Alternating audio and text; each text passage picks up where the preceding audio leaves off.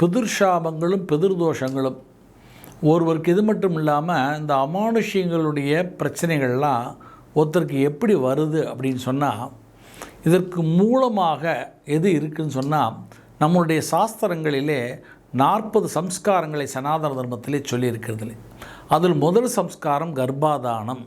அதாவது ஒரு கணவன் மனைவி கூடுவது ரொம்ப ரொம்ப முக்கியமாக சொல்லப்படுகிறது. அந்த கூடக்கூடிய காலம் சமீபத்தில் கூட ஒரு நரசிம்மான்னு ஒரு படம் வந்திருக்கு.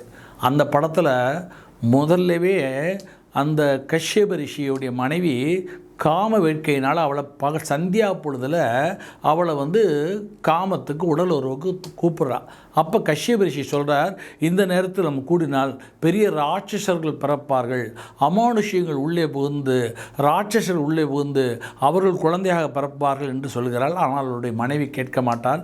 அதனால் தான் ஏற்பட்ட அந்த உடல் உறவினால் ஏற்பட்டவனால் இரண்யாட்சனும் இரண்யகசும் பிறக்கிறார்கள். இவ்வாறாக அந்த கர்ப்பாதானம் கணவன் மனைவி கூட வேண்டும்.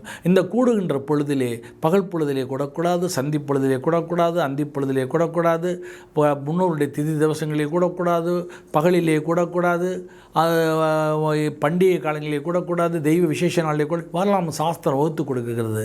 இவ்வாறாக அந்த கூடக்கூடாத நேரங்களிலே கூடினால் அப்பொழுது அந்த அமானுஷ சக்திகளும் நம்மளுடைய அகால துர்மரணம் அடைந்த பிதுர் ஆத்மாக்களும் அவர்கள் அந்த குழந்தையுடைய அந்த கருவலியாக உள்ளே நுழைந்து விடுவார்கள்.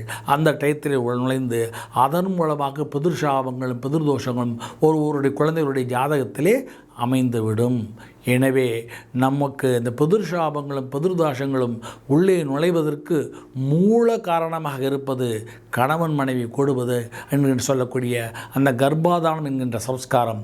இது முதல் குழந்தை மட்டுமல்ல, ஒவ்வொரு குழந்தைக்கும் இதை கடைபிடிக்க வேண்டும்.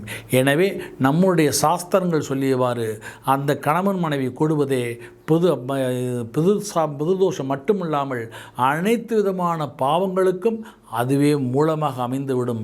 எனவே நம்முடைய அந்த கர்ப்பாதானம் அந்த கணவன் மனைவி கூடுவது என்பதை கரெக்டான அந்த சரியான வேளையிலே அந்த இரவு பொழுதிலே 10 மணியிலிருந்து 11 மணிக்குள் கூடிவிட்டால் அவர்கள் பெரும்பாலும் அவர்கள் எல்லா விதமான பிரச்சனைகளிலிருந்தும் தவிர்க்கலாம்.